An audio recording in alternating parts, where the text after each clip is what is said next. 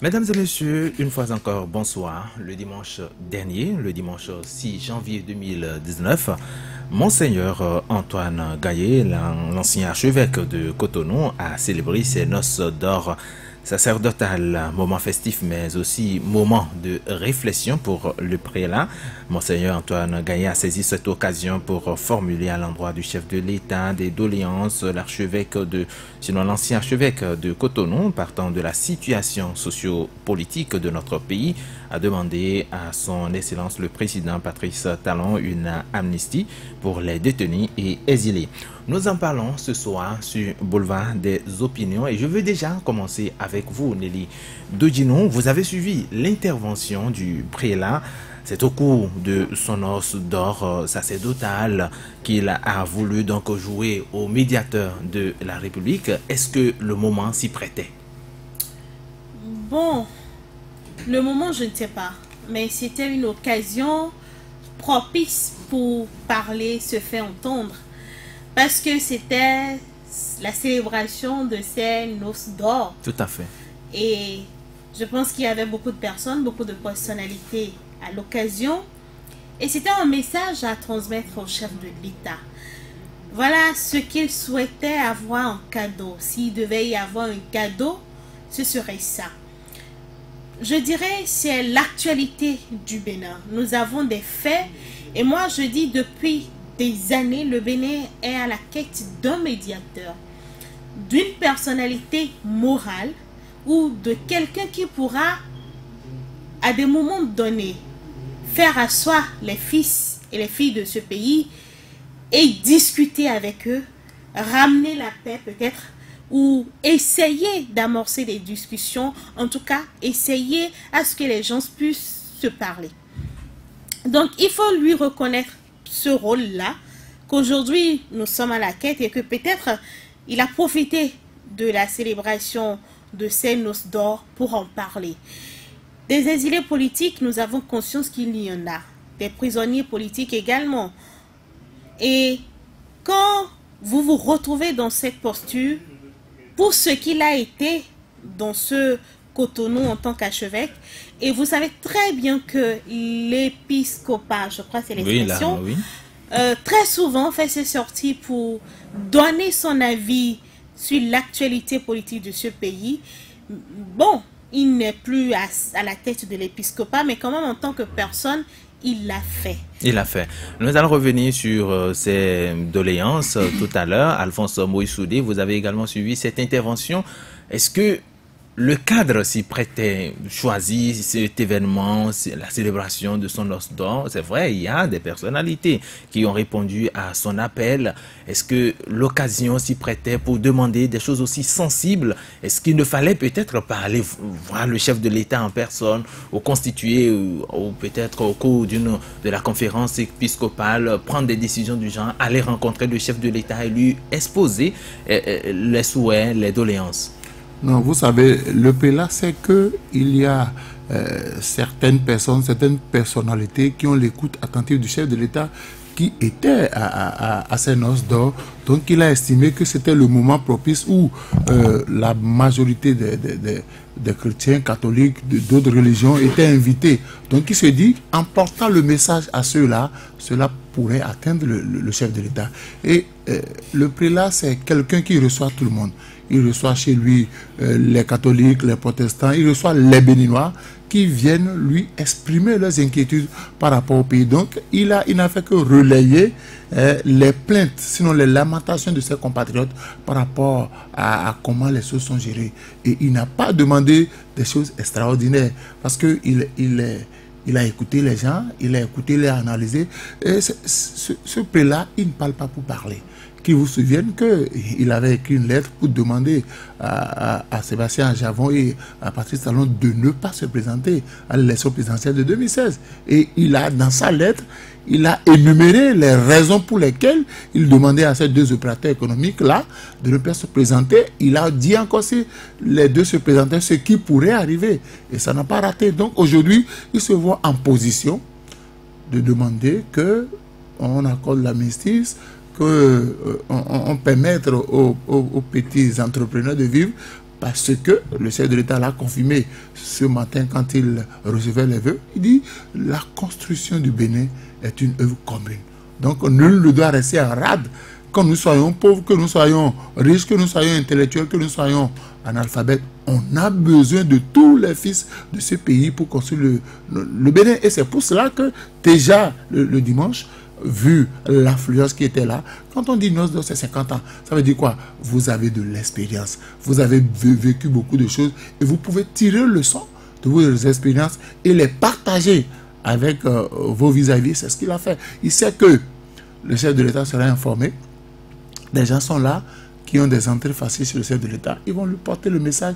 Maintenant, il revient au père de la nation, au chef de l'État, peut-être de demander à rencontrer le prélat pour avoir plus de détails par rapport aux confidences que les gens lui auraient fait concernant la situation de notre pays. Parce qu'il faut vous dire, hein, dans tous les pays, en cas de difficulté, les hommes se retournent vers les religieux. Parce que les religieux, ils ont les mots qu'il faut.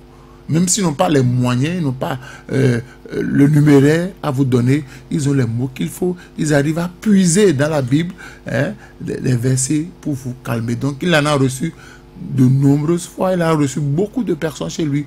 Donc, aujourd'hui, il traduit dans la réalité ce qu'on lui a dit en cachette. Vigile Awansé, le prélat a parlé, il a parlé au cours donc de son os sacerdotal, son os d'or, bien entendu. Est-ce que vous trouvez, c'est la question que je posais tantôt, est-ce que vous trouvez que c'est parce que, entre-temps, les autres médiations ont échoué que le prélat a choisi ce canal pour s'adresser au chef de l'État? Je sais au moins que ce n'est pas parce qu'il est à la retraite qu'il ne suit pas, il n'observe pas l'actualité, il n'observe pas les mouvements au Bénin. Donc, oui, il voit les choses, il sent les choses, il écoute des gens, il parle aux gens, il a ses amis. Et bon, en averti, il voit que le vent qui souffle pourrait être mauvais ou nous emporter dans un sens qu'on n'aurait pas forcément désiré. Donc, comme on dit chez vous à Ouida, donc, pourquoi ça vous fait rire? Allez-y. Comme on dit chez vous à Ouida, je répète, voilà, une grande personne, n'est-ce pas, dans la maison, il ne saurait, n'est-ce pas, voir la maison tomber comme ça. Il faut au moins avertir. Moi, je ne pense pas qu'il soit, que ce soit au-delà de cela. Oui, donc il a parlé parce que, voyant qu'il est nécessaire, n'est-ce pas, un peu là, ça ne bat que la paix. Il n'a que dans l'ancien Liban où on voyait plutôt des prêtres, des évêques s'engager, n'est-ce pas, dans la guerre. Mais un peu là, il faut le voir là. Maintenant, s'il n'avait pas parlé ce jour-là, je ne sais pas à quelle occasion, sur quelle tribune il aurait encore saisi pour il le pouvait faire. Demander une audience au chef de l'État. Non, c'est vrai qu'il y a aussi beaucoup de fétiches au Bénin. Mais on aime faire du fétichisme de tout. Pourquoi il faut... Cette ambiance dont je parle, l'atmosphère là, qui vit ça? Et puis il faut parler en prenant tout le monde à témoin. C'est plus responsable. Moi, je trouve. Et donc, on n'a pas besoin d'aller demander audience. De toutes les façons, ceux qui ont demandé audience, qui sont allés parler, vous avez aussi écouté la réponse du chef de l'État. Je pense que cette étape est franchie. Il a vu que de toutes les façons, ce n'est pas ça qui va être payant. Il a comme, de mon point de vue, une préparation. Vous savez, ne nous faisons pas d'illusions. Il a beaucoup d'éléments dans l'air qui ne sont pas forcément compatibles avec la paix. Je prends juste un exemple, le code électoral. Le code électoral, avec, n'est-ce pas, son fameux 10% qu'il faut réunir. L'article 242. 242, avec la violence que cela pourrait comporter, les contestations même que ces législatives-là pourraient porter. Avec tout, je ne sais pas si vous savez lire ces genres de choses. Dans un pays où les choses se passent telles que ça se passe, où tout le monde se dit, bon, on nous a dit démocratie. Donc, en démocratie, la délivrance, eh bien, ce sont les élections. Et si les élections n'arriveraient pas véritablement à être ce que ça devait être, je ne dis pas, moi, comment si les Béninois... On va aux élections et Si, chacun oui. exprime son vote, son souhait. Oui, son chacun suffrage. exprime, et c'est la majorité qui l'emporte.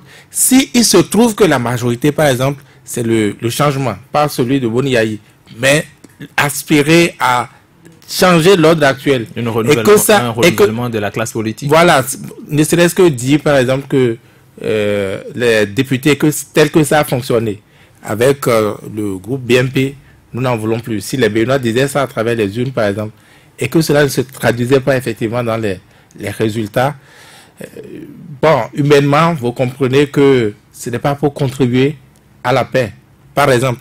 Donc, voyant ces genres d'éléments, il était normal, n'est-ce pas, qu'il parle non pas au chef de l'État dans son bureau ou à la maison chez lui, mais publiquement prendre tout le monde à témoin. Et ça également, ça peut contribuer à changer davantage le chef de l'État, à faire pression sur lui, par exemple. Parce que, qu'on le veuille ou non, c'est lui la clé, la seule clé donc, de cette paix. Il a pas mal fait de mon point de vue. Saturne Diossou, quelle interprétation ou comment vous appréciez cette sortie du prélat? J'ai deux avis à propos. Le premier, parce que c'est même l'adresse au chef de l'État qui m'amène à serrer. Il a demandé 2 cadeaux. Il a posé une question, une interrogation. Il demande que le président de la République réponde à cela. Je trouve normal, je peux accepter que profitant de ses 50 ans de sacerdoce, Monseigneur Antoine Gagny demande en cadeau que les petites entreprises qui ont des problèmes de fiscalité puissent recevoir d'aide en la matière pour sortir d'affaires et prospérer. Je peux comprendre qu'il demande au chef de l'État cette amnistie dont il parle pour les Béninois qui sont en prison ou à l'extérieur du pays afin qu'ils sortent de prison ou qu'ils reviennent au pays. Ça, c'est le cadeau. Je peux le comprendre pour quelqu'un qui célèbre son anniversaire, espérer ça du président de la République. Quelqu'un comme Antoine Gagné, je pourrais le comprendre. Mais ce que je trouve un peu trop, c'est l'interrogation qui pourrait nous amener à dire qu'il est en train de faire de l'ironie.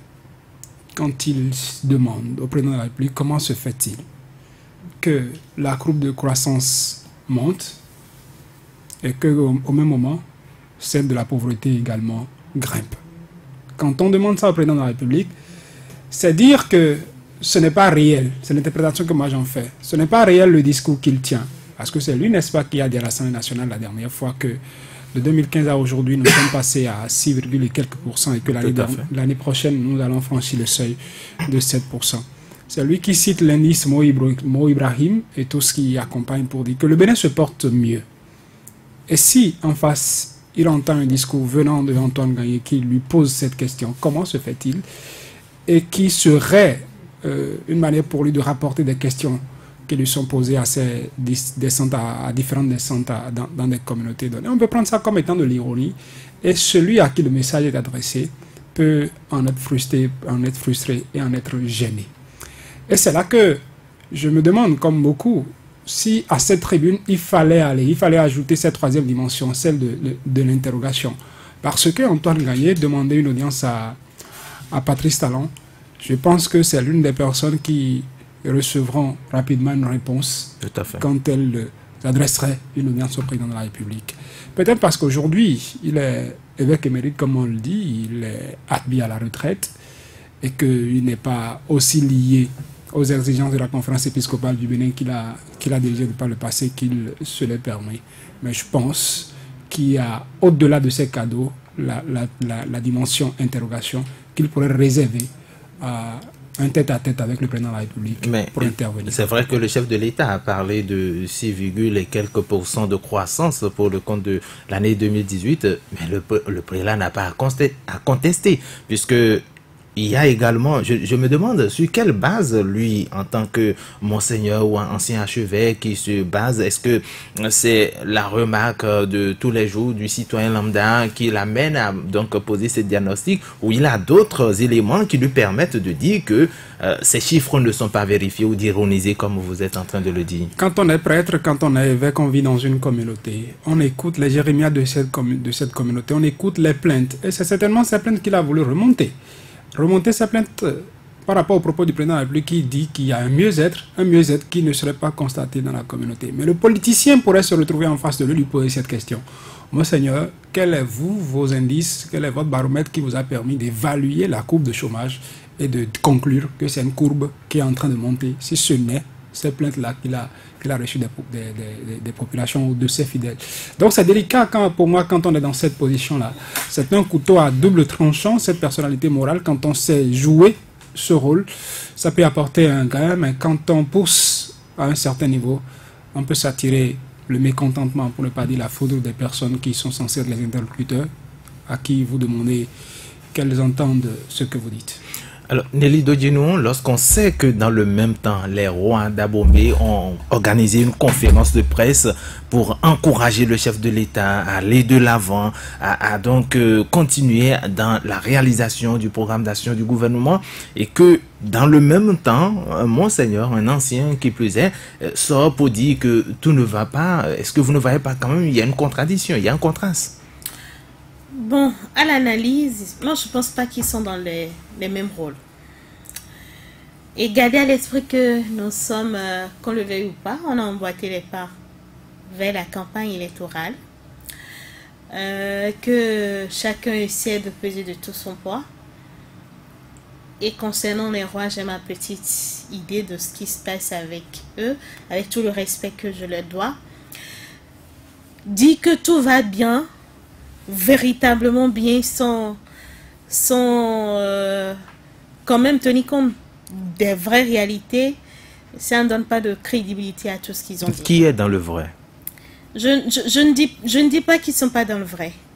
Mais quand vous louangez et que vous pensez que le PAG est en exécution, il faut féliciter le chef du gouvernement à aller dans le même sens, c'est à croire qu'ils ne tiennent pas compte de ce qui se dit à la base, de ces gémissements, de ces plaintes de toutes ces populations à la base, et que peut-être ces rois, je pense qu'ils sont à la tête d'une communauté, et que les plaintes, tout comme le prêtre ou l'évêque, remontent à eux. Et ne pas tenir compte également de ces plaintes-là, moi je pense que c'est fait preuve de... Bon, moi je pense qu'on veut juste soutenir les actions du programme. Dans le même temps, on a Monseigneur Gagné, lui aussi, dans son rôle de personnalité morale, ou bien en tant qu'évêque, je parle de personnalité morale en tant qu'évêque, pour donner sa version de ce qui lui a été remonté par les fidèles. Parce que qu'on ne veuille pas, que ce soit roi ou prêtre ou chef, monseigneur, donc je dirais chef religieux et consort, ce sont des autorités qui ont souvent le privilège d'écouter les plaintes, d'écouter ci, d'écouter ça et de pouvoir rendre.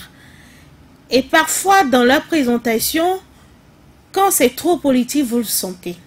Et quand le discours est trop politique également, vous le sentez. Et Saturne l'a dit tout à l'heure, également au niveau de Monseigneur Gagné, il aurait peut-être eu cette dernière, le troisième point d'interrogation qui ne devrait pas venir, et il aurait en caractère d'avoir eu des propos vraiment neutres. Mais c'est vrai, parce que quand vous dites que vous avez 7% de croissance et que les plaintes qui remontent vers moi me font croire autre chose. Que la paupérisation tend vers la misère, un peu comme l'aurait dit le chef de l'État. Voilà. La pauvreté, oui, tend vers la misère. Donc, vous vous posez également la question, est-ce que c'est vrai ce que vous dites? Chacun est dans son rôle, pratiquement, je dirais, pour ne pas me contredire. Autrement dit, vous trouvez que le discours du prélat n'est pas totalement objectif, enfin, ou du moins s'il est resté campé, un peu comme dans un discours de l'opposition. Non. Le discours de l'opposition n'aurait jamais, n'aurait été... Le discours de l'opposition ne pourrait jamais être ce que le prélat a dit tout à l'heure, a dit le dimanche. Le discours de l'opposition serait de dire libérez ceci, vous êtes la vassalisation. On connaît le lexique concernant l'opposition, toujours décrié. Mais lui, il est dans un rôle. Il a demandé l'armistice pour ceux qui sont en dehors du territoire national, pour ceux qui sont en prison. C'est comme une demande. C'est comme une demande, pour ne pas dire presque une supplication à l'endroit du chef de l'État, celui-là qui conserve entre ses mains les prérogatives d'amnistier quelqu'un. Il a cette possibilité-là quand le moment vient ou quand les conditions sont remplies. Dans ce qu'il a dit également, c'est comme une supplication. Aider les entreprises qui croulent sous le poids des redressements fiscaux. Vous savez très bien que le climat des affaires, en tout cas au Bénin actuellement, n'est pas celui qui est favorable. Combien d'entreprises n'ont pas fermé? Combien de redressements fiscaux les entreprises n'ont pas eu? Beaucoup ont dû fermer, ou soit c'est déjà, même les petites entreprises, même s'ils sont revenus à 150 000 francs, mais les gens ont eu le temps de payer 400 000 francs. Allez voir les impôts au niveau de la coiffeuse qui me dit, moi je dois payer 24 000 francs. La dernière fois, on est venu, j'ai payé 60 000 francs. Peut-être les taximans qui vont commencer par payer 4 800 francs. Il y a ça qui est une réalité. Et ils demandent à ce qu'on les aide. C'est une demande. C'est une demande. C'est une demande. Je ne pense pas que c'est un discours de l'opposition. L'opposition ne dirait pas ça. L'opposition aura sa stratégie pour démontrer qu'en réalité, celui qui est là ne favorise pas les entreprises, ne fait pas ci, ne fait pas ça. Et remonter tout un peuple. Alors qu'ici, on est dans un rôle de supplication. De même, vous avez les rois de leur côté qui peut-être tiennent compte de ce qu'ils entendent dans leur région, dans leur couvent, dans leur royaume, petit royaume, pour dire que tout va bien dans le meilleur des mondes. Mais de toute façon, je pense que le Bénin est à la quête d'une personnalité morale et qu'il faut quand même à un moment donné qu'on puisse trouver cette personne qui pourra parler et que les partis antagonistes puissent vraiment écouter.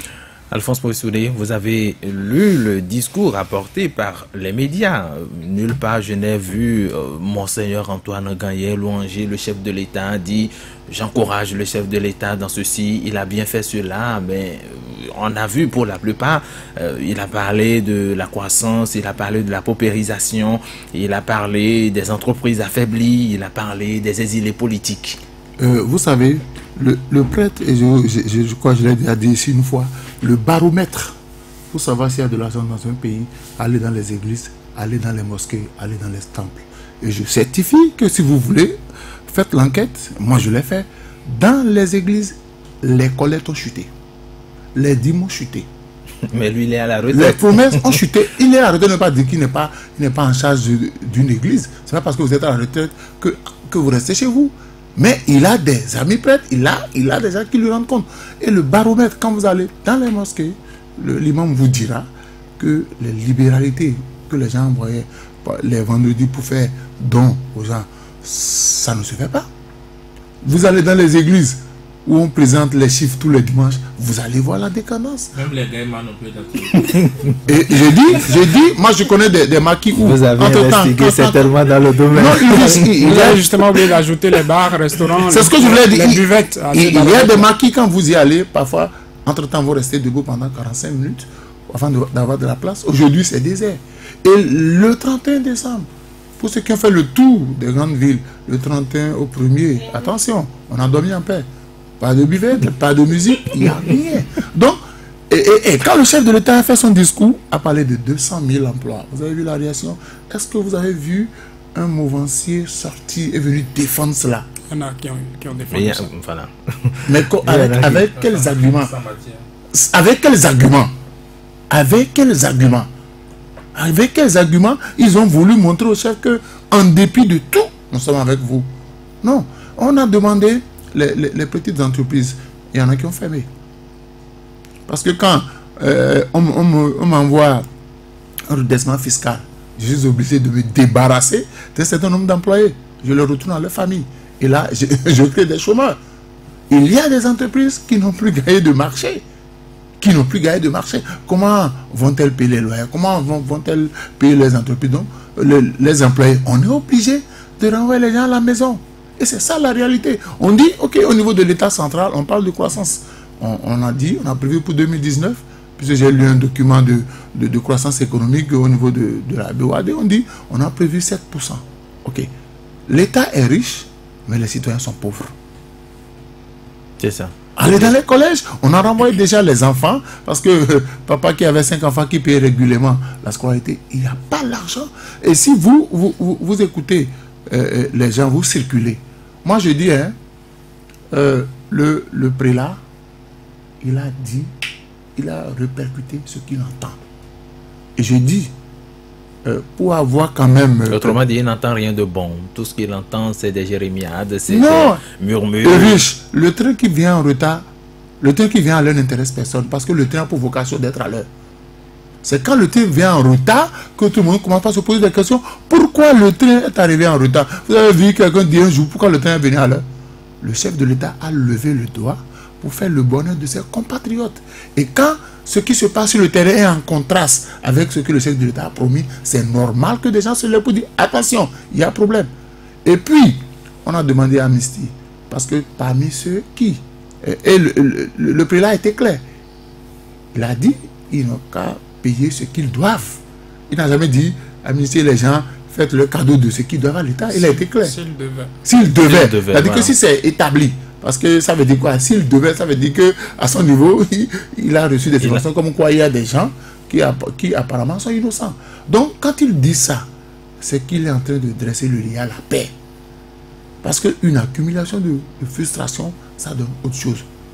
Et le prêtre, il a pour devoir, c'est un éveil de conscience. On peut le croire, on peut ne pas le croire. Mais au moment où on porte devant l'histoire, il va dire, moi, j'avais tiré la sonnette d'alarme. Les rois, les notabilités, moi je les respecte. Mais pour avoir assisté, on ne m'a pas raconté, pour avoir assisté à une scène des rois au Koudiam, quand il s'agissait que les rois devaient venir certifier que le docteur Zissou est le père du candidat Lionel Zissou. J'y étais, la radio m'avait envoyé. J'y ai passé pratiquement toute la journée. J'ai vu des choses. Des gens qui se sont battus pour du CFA. On s'est battu pour du CFA. On s'est battu pour du CFA. Ce qui veut dire que...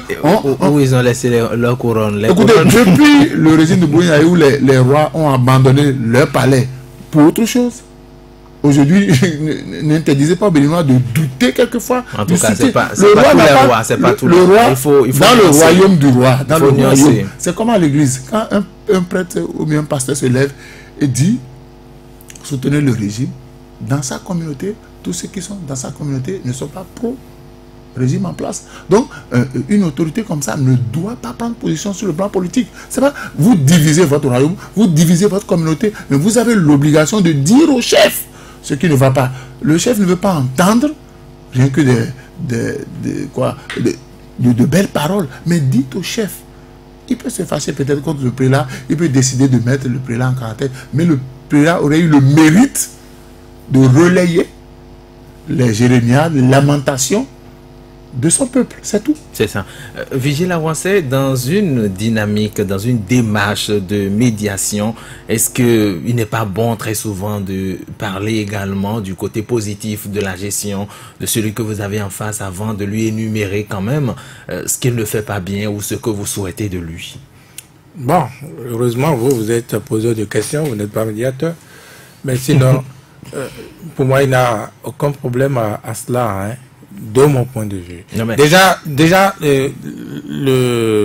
l'archevêque émérite, dans sa démarche, n'est pas du tout un médiateur. Il n'est pas du tout un médiateur. Là, il est... Vous voyez, c'est des signes avant la tempête, de mon point de vue. Pour qu'il en arrive à dire ça, c'est parce qu'il a entendu d'autres le dire et ne pas pouvoir se faire entendre. Mais au milieu ou à ceux-là qu'il parlait, il peut y avoir des, bon, je suppose des progressistes, des républicains au milieu de cette fosse-là.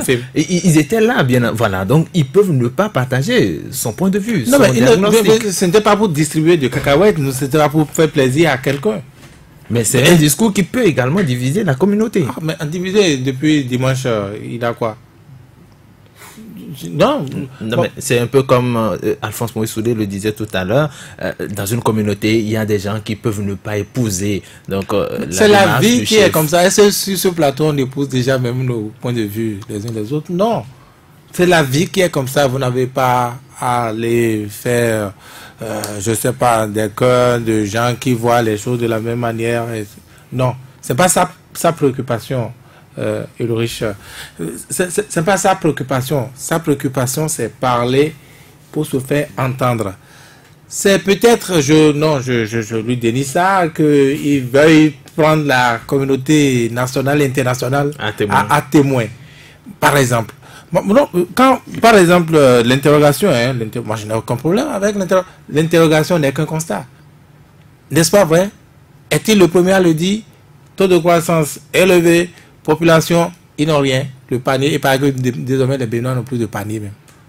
La ménagère du Bénin n'a plus de panier. Et donc, c'est des faits, c'est un constat. Si nous avons des problèmes avec la vérité, on va difficilement toujours trouver nos solutions, les solutions à nos maux. Donc, moi, je pense qu'on devrait pouvoir le soutenir. Maintenant, on peut se poser des questions sur lui-même, son profil. Là, bon, je ne vais pas rentrer dans ces détails-là. Et sans doute, Talon le sait. D'où je réponds à cette question qui sans doute viendrait tout à l'heure, à savoir quelle pourrait être la suite tout à fait de cette requête-là. Oui. Moi, je réponds tout de suite. Je ne pense pas que Patrice Talon veuille l'écouter autrement que ceux qui ont parlé avant lui. Amnesty, non, il n'en accordera point. Je ne pense pas. Et peut-être on pourrait lâcher du lest sur certains aspects. Là, il a le petit vent de cas d'électeurs qui est en train de se lever. La FCBE était au COS-TEPI aujourd'hui. Le constat fait... Pas la FCBE seule. Il y a plusieurs acteurs de l'opposition qui étaient. Le constat fait est que ce n'est pas vraiment rose comme on en a entendu parler juste là. Et donc, sur ce terrain-là, par exemple, parce qu'il est difficile également de porter certaines responsabilités, surtout quand ça ne vous rend pas hommage, quand cela ne fait pas votre honneur. Et donc, sur ce terrain ou sur ces terrains, je pense que peut-être le chef de l'État va lâcher une laisse, mais espérer que on va laisser tel ou tel rentrer accorder d'amnistie. Je crois que, enfin, pour la psychologie que je semble boire du chef de l'État, il va falloir plusieurs monseigneurs pour pouvoir peut-être... Il a reconnu que cela ne serait pas facile, mais impossible, peut-être difficile. Ah oui, naturellement. Si c'était aussi simple, il n'aurait même pas eu besoin de parler. Mais je ne pense pas, je ne crois pas, désolé, qu'il est de suite. Saturnin Djessou, le prélat au sujet des détenus et des exilés, il a demandé, il s'en est préoccupé, il a dit, je lui demande une petite amnistie, il a quantifié, il a demandé une petite amnistie. Si vous le permettez avant de venir à l'amnistie, Fiji disait tout à l'heure que l'interrogation ne posait pas problème à son niveau. Faites attention même à la forme de l'interrogation. On peut poser l'interrogation autrement, on peut poser la question autrement. Lui, dans son adresse, pourrait dire, mais comment se fait-il que la courbe de croissance est ascendante et au même moment, il y a celle de la pauvreté qui monte? Il dit qu'il veut poser une question au président de la République. C'est que tout de suite, il a désigné son destinataire. Il peut poser la question à la cantonade et on saurait que c'est une interrogation qui est dans le vrai, dans ce qu'il a constaté lui-même ou dans ce qu'il a entendu comme plainte venant des Béninois. Il dit que c'est au président de la République qu'il veut poser la question. Il a ajouté qu'il souhaiterait qu'il lui réponde, lui, président de la République. Il lui envoie de façon interposée. Une interrogation par personne interposée. Je lui demande ça et je lui demande de me répondre à propos de ça. Et cette forme pourrait amener le destiné à se dire, mais comment peut-il procéder ainsi? Donc, c'est dit que la forme... Si vous permettez, Saturnin, moi je lis plutôt de la psychologie là. Je vous ai dit, Monseigneur, il a beau être émérite, il est dans son coin, il suit tout. Il connaît le chef de l'État, il connaît sa réponse par rapport à cette interrogation. Il sait que pour le chef de l'État, tout va bien. Il a écouté son dernier discours. Il a écouté ceux qui sont allés le voir au palais. Il a écouté les prises de position du chef de l'État tout le temps. Et ça ne fait pas de doute que... Eh bien, c'est de l'ironie. Oui. Et donc, je crois qu'il se convainc le chef de l'État à savoir que ça ne va pas et qu'il faut se résoudre vous pensez à cette réalité. Qu'il va recevoir le message comme ça, le président de la République?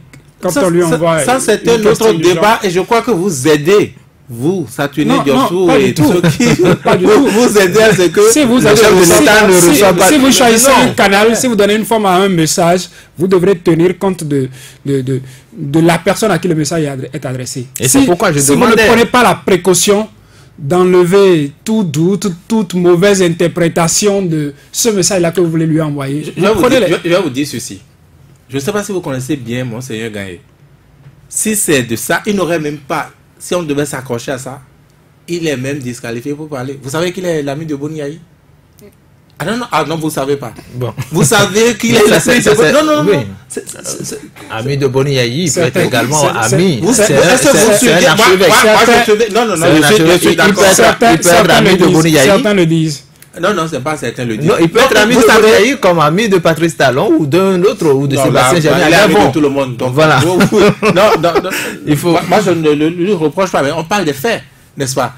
Vous savez, l'épiscopat ou la conférence épiscopale sous lui, c'était sous Boniaï. Oui, 2010, il était archevêque de Cotonou. Vous savez comment les choses se passent. La conférence était presque divisée, pas presque. La conférence était divisée. Il avait ceux-là qui sont opposants, il avait ceux-là qui sont pro-régime à l'époque. Donc, on connaît sa position. Donc, si on va tenir compte de ce que vous dites, peut-être qu'il est même disqualifié pour voir. Saturne Diossou, vous savez toujours la parole. Cas, moi, je pense qu'il pourrait emballer son interrogation autrement pour que non seulement elle reçoive l'interrogation accueil favorable auprès du destinataire pour qu'il lui prête oreille attentive, mais pour que le destinataire aussi accepte même de lui faire les cadeaux qu'il est en train de demander. Revenons à la question que vous avez. Ça dépend, hein, parce que faudrait pas qu'on se retrouve en position d'accorder l'amnistie à quelqu'un qui conteste même l'amnistie. Parce que l'amnistie, c'est le pardon que vous accordez à quelqu'un. Quand vous dites... Tout à fait. Donc, c'est dit que tout est établi, quoi. Quand les lois donnent la prérogative au président de la République d'y aller, d'amnistier quelqu'un, et que je dis à Alphonse Maurice Soudé, je vous accorde cette amnistie, et que Alphonse Maurice Soudé dit, je n'ai rien fait pour, en tout cas, me sentir concerné par cette amnistie. Je préfère défendre mon honnêteté jusqu'au bout. Je préfère que ce soit la justice d'une manière ou d'une autre qui clarifie. Je préfère prendre ce risque-là que de dire j'accepte l'amnistie, même si ailleurs on pourrait dire, entre deux mots, il faut choisir le moins de mal, profiter de ça. Et l'amnistie pardonne un acte, mais dans le fond, je prends l'exemple de ces exilés ou des gens qui sont en prison. Le casier judiciaire a déjà pris un coup. Et on amnistie cela. Les spécialistes viendront nous dire si l'amnistie va nettoyer le casier judiciaire. Si l'amnistie ne va pas nettoyer le casier judiciaire, cela voudra dire que ceux-là sont privés des prochaines ambitions qu'ils pourraient avoir, compte tenu des postes qu'ils voudront occuper dans leur vie. Et ça peut les amener, en pensant à cela, dire je n'accepte pas l'amnistie, je préfère que la justice fasse son travail. C'est pourquoi je dis, dans un cas, les cas d'amnistie, on peut l'analyser. Ça dépend, on pourrait dire que c'est un bon geste quand le président de la République le fait. Boniaï, dans ce pays, quand il a dit qu'il pardonne à Patrice Talon, il n'est pas allé amnistier Patrice Talon pour ça. Et c'était personnel cet acte-là qu'il a eu à poser. Il dit j'abandonne toute charge, il peut revenir. Mais il n'y a pas eu un acte où on amnistie Patrice Talon. Autrement dit, peut-être que Patrice Talon ne serait pas président de la République si en temps l'amnistie, s'il avait bénéficié d'une amnistie, qu'il n'allait pas jusqu'à effacer son casier judiciaire. Attention à cela aussi, parce que c'est vrai, tout le monde demande amnistie aujourd'hui. Mais quand demain... Vigile Avancé pense que le chef de l'État ne peut quand même pas accéder ou du moins répondre favorablement à cette requête-là. La psychologie du personnage peut nous amener tout de suite à dire que ce n'est pas facile. C'est peut-être pour ça que le prélat reconnaît lui-même. Il a anticipé ou dit c'est dur, mais que c'est quand l'homme arrive à briser ce qui est dur qu'il est vraiment fort. Que c'est au bout de cela qu'il éprouve sa force et on lui reconnaît. Parce que la violence, c'est facile d'exercer la violence sur les autres, mais quand on exerce la violence sur soi-même et quand on arrive à transcender ça, c'est un acte de grandeur. Côté politique, on peut dire que si tout ça a été fait dans un dessein de maintenir les compétiteurs loin du territoire, ne pas leur permettre de compétir, lui demander de poser cet acte arriverait à dire que la compétition soit désormais enrichie par ceux-là, ces compétiteurs qui peuvent lui tenir tête et mettre en échec ses plans. Donc politiquement, il peut dire non, comme personnellement aussi il peut dire non. Parce qu'à écouter ces discours, à Parakou, entre-temps, même dans l'affaire cocaïne, avant que ça ne connaisse certains développements, il disait que nous sommes dans un pays, il faudrait qu'on cesse de prendre le vice pour la vertu, qu'on ne célèbre pas le péché.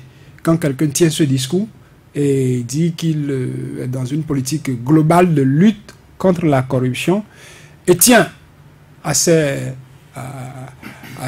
accusations, que ce soit un conseil des ministres ou met en place une cour spéciale pour connaître des cas, de retrouver celui-là sur un autre volet à dire bon, je pardonne, j'accorde une amnistie, cela pourrait paraître paradoxal encore une fois, mais si ça venait, ça pourrait être un acte de grandeur. Libre à ceux-là qui auront été amnistiés, pas qui y croient, qui auront été amnistiés s'il y avait amnistie, d'apprécier, de décider comme Simone Gbagbo de sortir de prison pour jouir tout au moins de leur liberté ou de contester si c'était contestable selon les formes qui sont requises. Une petite amnistie pour les opposants, pour les exilés politiques. D'abord, Nelly Dodjinou, le fait déjà d'évoquer ceux qui sont détenus, les détenus politiques et les exilés politiques, c'est dire que pour le prélat, il y a des exilés politiques, un peu comme le disent ceux de l'opposition. On est d'accord sur... En tout cas, au regard des faits, au regard des déroulements des procédures judiciaires, au regard de ce qui a été dit par la société civile, et quand je prends juste un exemple, je prends le cas de Laurent Métoyon. Ce n'est pas moi qui le dis, hein, c'est qu'il y a une commission des droits de l'homme qui a travaillé et a présenté un document et présenté son cas comme une violation flagrante des droits humains. La gestion même de son procès, un procès qui bat le record en matière de report d'audience. Un inculpé qui se voit renvoyer, son dossier se voit renvoyer juste parce que le juge en charge du dossier est allé en voyage, est allé en mission. Et c'est le jour où le jour où il est au procès qu'on vient le lui notifier. Donc on renvoie pour motif que le juge est en mission. Pas parce qu'il y a un problème au dossier. Donc, quand vous avez ces faits-là, qui, pas plus tard, la semaine écoulée, les avocats de Laurent Métoyon ont saisi la Cour africaine des droits de l'homme à Arusha. Donc, nous partons des faits. Ne pas reconnaître qu'il y ait des prisonniers politiques, au moins ce cas-là, c'est, bon, fait économie de vérité. Nous avons plusieurs cas. Il n'y a que des procédures nous amènent à douter parfois de ce qui est fait. Quelqu'un qui est convoqué pour le 18, déjà le 16, on l'arrête par un mandat international, d'arrêt international, alors qu'il n'a même pas eu le temps de comparaître. Et ce matin, j'apprends par le biais de son avocat qu'en réalité, c'était le mandat d'arrêt du mois d'avril qui a été déjà annulé parce que le monsieur s'est déjà présenté et c'est ce mandat qu'on réactive. Donc, quand vous partez de ces faits-là, vous vous posez la question de savoir est-ce que vraiment nous sommes dans le droit chemin. Et ça vient justifier ceux qui pensent qu'il y a des exilés politiques, ceux qui pensent qu'il y a des opprimés, même si ils ne sont pas, même si on a aussi des choses à leur reprocher, ils n'ont pas forcément été justes ou sains ou bien je ne sais pas, ils ont aussi des dossiers à défendre, nous sommes d'accord, mais quand la procédure se fait de cette façon, on apporte de l'eau au moulin de ceux qui pensent qu'il y a des exilés politiques, il y a des prisonniers politiques, pour m'en arrêter à ces deux exemples. D'accord. Maintenant, une petite amnistie pour ceux-là. Et je vous dis, dans ma qualité de ce que je suis, de ce que je comprends, de ce qui se dit, l'amnistie, vous accordez l'amnistie à quelqu'un quand la procédure est allée à son terme. Et très souvent, ça se fait la veille du 1er août, où le chef de l'État vient dans sa déclaration, après son discours à l'occasion de l'indépendance, donne des noms des prisonniers qui bénéficient de cela. Je sens que là, vous parlez de la grâce présidentielle. Ah, pardon, de la grâce présidentielle. Il y a une grande différence, vous m'excusez. Mais l'amnistie, c'est d'abord quand... Il faut d'abord... En fait, le tout part du même principe. C'est-à-dire, la personne est condamnée. Le dossier est bouclé. Le dossier est bouclé. On sait que Monsieur Vigile, vous êtes reconnu de tel fait, vous êtes condamné, le dossier a été vidé, que ce soit en appel, que ce soit... Le dossier a connu son épilogue. Et le chef de l'État peut se dire, bon, compte tenu des dossiers, prendre une loi d'amnistie pour dire, des faits suffisent, nous vous laissons la possibilité de sortir, ou on vous libère. Il y a eu des cas en France, une dame qui a tué son mari, qui le battait depuis plus d'une trentaine d'années. Elle lui a tiré dessus, les faits ont reconnu, preuve à la charge, on l'a condamné. Mais compte tenu de la situation de cette dame aussi vulnérable, on l'a amnistié. Donc c'est des choses qui arrivent.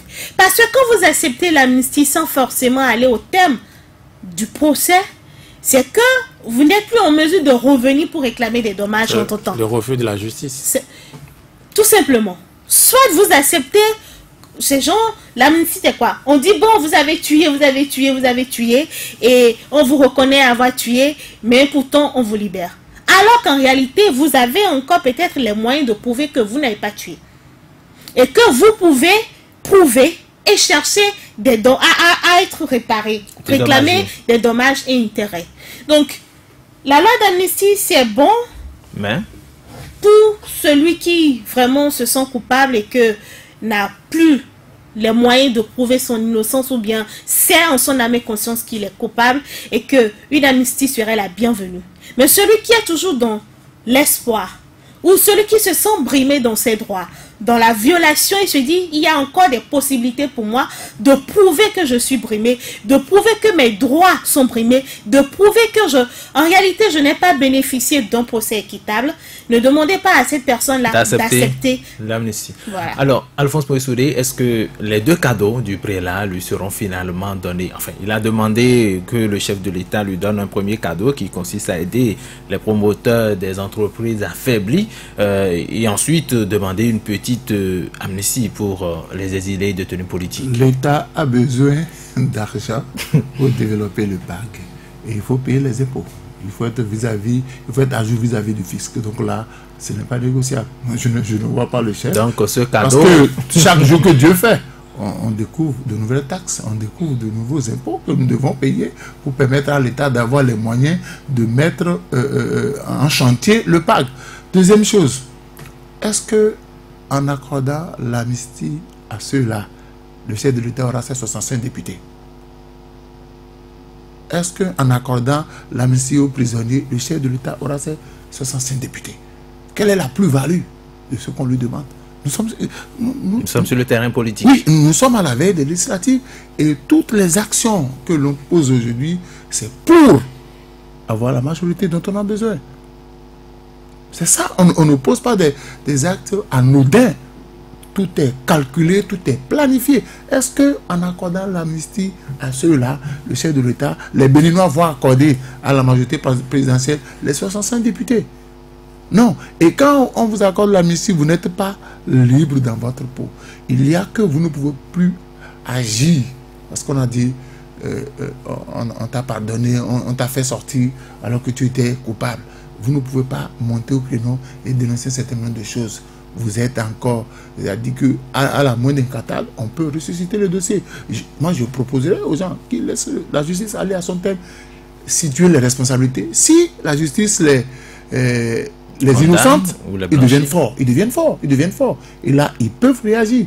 Mais je ne vois pas. Parce que tout acte qui sera posé maintenant, c'est pour rassurer l'électorat. C'est pour d'enloter c'est pour conquérir le cœur des Béninois. Mais si l'acte qu'on va poser ne permettra pas à la majorité d'avoir ces 65 députés, on ne le posera pas. Ça, c'est une évidence. Vous avez vu, quand on a parlé de 403 milliards du social, la presse a récupéré 430 milliards pour le social, pour le volet social. La presse a récupéré tous les jours. Il n'y a pas ce jour-là où un journal de la presse ne vous parle de ça. Parce que ça rentre dans la droite ligne des législatives. On dit aux Béninois, désormais, vous serez soulagés. On a voté dans le budget. Vous serez, c'est toujours le futur, non? Vous aurez 430 milliards. On va finir le procès. C'est le 18 janvier. Peut-être qu'on va programmer, puisqu'il y a... on avait déjà engrangé quelques petits sous là. Peut-être on va commencer par payer les petits déposants pour dire, nous on est souciés de votre avenir, donc aidez-nous à avoir nos 65 députés. Si tout acte qu'on veut poser aujourd'hui ne peut pas aider la mouvance à avoir les 65 députés, ne lui demandez pas de poser cet acte-là. Vigile Arouanseh, qu'est-ce que la sortie du prélat aura changé finalement?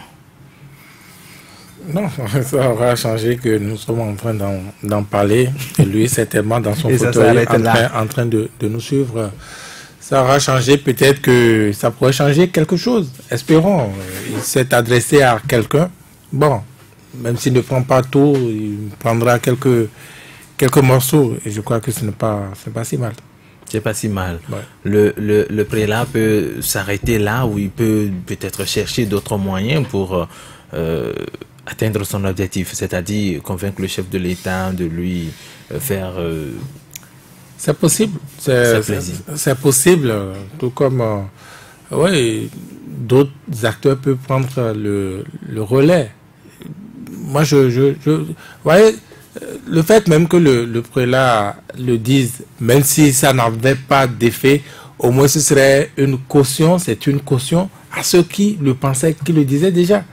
Et donc, le chef de l'État, bon, à défaut que ça lui fasse plaisir comme vous l'auriez souhaité, il sera déçu que, ben, voilà, cette caution-là soit apportée à ceux-là qui contestaient certaines actions de lui juste là. Donc, voilà à peu près ce qui pourrait changer de mon point de vue. Moi, je vais dire, il y a certains signes qu'il faut aussi analyser. Là, peut-être à l'endroit des soutiens du président de la République qui était là. Quand Monseigneur Antoine Gaye parlait, qu'on fasse attention à toute la clameur qui accompagnait ça. Il a demandé un premier cadeau, qu'on fasse attention à tout ce qui a comme acclamation. Deuxième cadeau, demandé qu'on fasse attention à tout ce qui a comme acclamation. Interrogation aussi, quelle que soit la forme que je le trouve, qu'on fasse aussi attention. Des gens rient, des gens sourient. Il y a eu acclamation, je vous dis. C'est comme pour dire, tous ceux qui étaient présents, ou la majorité de ceux qui étaient présents, Donner leur caution morale. se retrouvaient dans ce qu'il disait, se retrouvaient dans les cadeaux qu'il demandait, se retrouvaient dans l'interrogation. Des gens ont ri, acclamé et tout ça. Et quand il y a de ces signes, cela voudra dire que celui qui est en train d'évoquer ces points-là, ces sujets, n'est pas totalement, parce qu'il faut concéder ça, n'est peut-être pas totalement dans le faux et qu'il y a une part dedans, qu'au-delà de lui, c'est l'ensemble de ceux-là qui ont applaudi, il s'est fait porte-voix de cela. Et peut-être parce que moi je me dis, je doute fort que Antoine Gaye, c'est moi qui fait cette supposition, n'ait pas invité Patrice Talon à ces noces-là.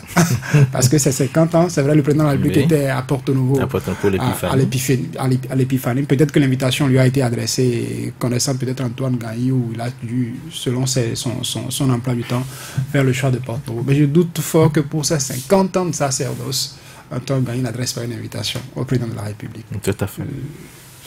Alors, Nelly Dodinou, rapidement pour finir, qu'est-ce que vous diriez peut-être au chef de l'État ou à l'archevêque? Oui, moi je dirais plutôt au chef de l'État qu'il écoute. C'est sûr qu'ils pourront se voir et en discuter de long en large. Mais quand 2-3 personnes attirent votre attention sur quelque chose, c'est forcément qu'il y a quelque chose. Il y a pas de fumée sans feu, tout simplement. C'est ça. 30 secondes également, Alphonse Moïsouli. Moi, j'ai demandé au chef d'État de faire attention au champ des signes, c'est la période. On vient lui dire tout le monde est beau, tout le monde est mignon, parce qu'on cherche quelque chose. Le fait du chef de l'État n'a qu'à écouter attentivement les discours et agir selon sa conscience, de ne pas se laisser bluffer par son entourage. C'est ça. Vigile Arouanseh, 30 secondes aussi. Donc le chef de l'État est assez intelligent, et ça je ne le dis pas pour lui jeter des fleurs. Il connaît ceux qui viennent comme le dit Alphonse, dit des choses pour lui faire plaisir, et certainement il va faire le choix conséquent, le choix qu'il honore. Merci à vous Vigile Arouanseh, merci également à Satuné Diassou, Nelly Dodinou, merci Alphonse Moïsouli, merci également à vous à la mise en onde. Ghislain Agwangwa, bonsoir chez vous. Halela Toudraman est déjà là pour le journal. À demain pour un autre numéro de votre émission intégrale.